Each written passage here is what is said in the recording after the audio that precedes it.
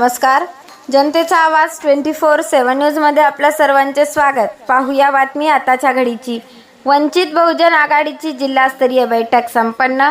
हिंगोली जिल्ह्यातील पाचही तालुक्यातील हिंगोली, कळमनुरी, सेनगाव, औंढा, वसमत तालुका वंचित बहुजन आघाडीच्या सर्व पदाधिकारी, कार्यकर्ते या बैठकीस उपस्थित होते. आगामी जिल्हा परिषद पंचायत समिती निवडणुकीच्या पार्श्वभूमीसाठी आणि पक्षाच्या नवनियुक्त जिल्हा व तालुका कार्यकारिणीच्या पदाधिकारी यांचा स्वागत करण्यात आले आहे. या बैठकींचे आयोजन आज ठीक शासकीय विश्रामगृह हिंगोली येथे केले होते. या बैठकीचे मुख्य विषय निवडणूक रणनीती. आगामी जिल्हा परिषद आणि पंचायत समिती निवडणुकाच्या पार्श्वभूमीवरती रणनीती आखणे, जिल्हास्तरीय जिल्हा कार्यकारिणी, तालुका कार्यकारिणीसाठी नावे सुचविणे, जिल्हा, तालुका व सर्कल स्तरावर पक्ष बांधणी मजबूत करणे, जिल्ह्यातील नवनियुक्त जिल्हा आणि तालुका कार्यकारिणीतील सर्व पदाधिकाऱ्यांचा जाहीर सत्कार व सन्मान करणे, संघटन वाढवण्यासाठी गावागावात वंचित बहुजन आघाडीचे विचार पोहोचून नवीन कार्यकर्त्यांना सक्रिय करणे.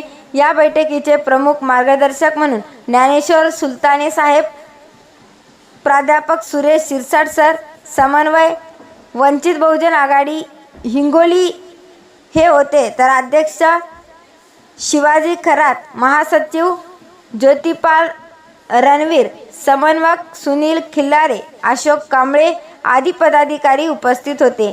या बैठकीमध्ये विविध पक्षाच्या पदाधिकाऱ्यांनी वंचित बहुजन आघाडीमध्ये प्रवेश केला. यावेळी पाचही तालुक्याचे तालुका अध्यक्ष, महासचिव, पदाधिकारी या ठिकाणी उपस्थित होते.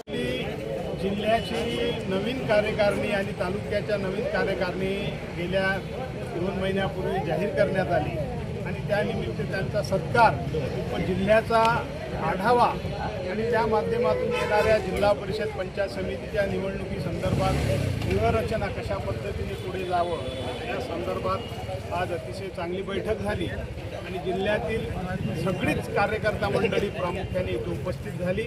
त्यासोबत काही लोकांचा प्रवेशसुद्धा कार्यकर्त्यांचा इथे झाला आणि म्हणून इथलं वातावरण अतिशय पक्षाच्यासाठी अतिशय चांगलं आहे.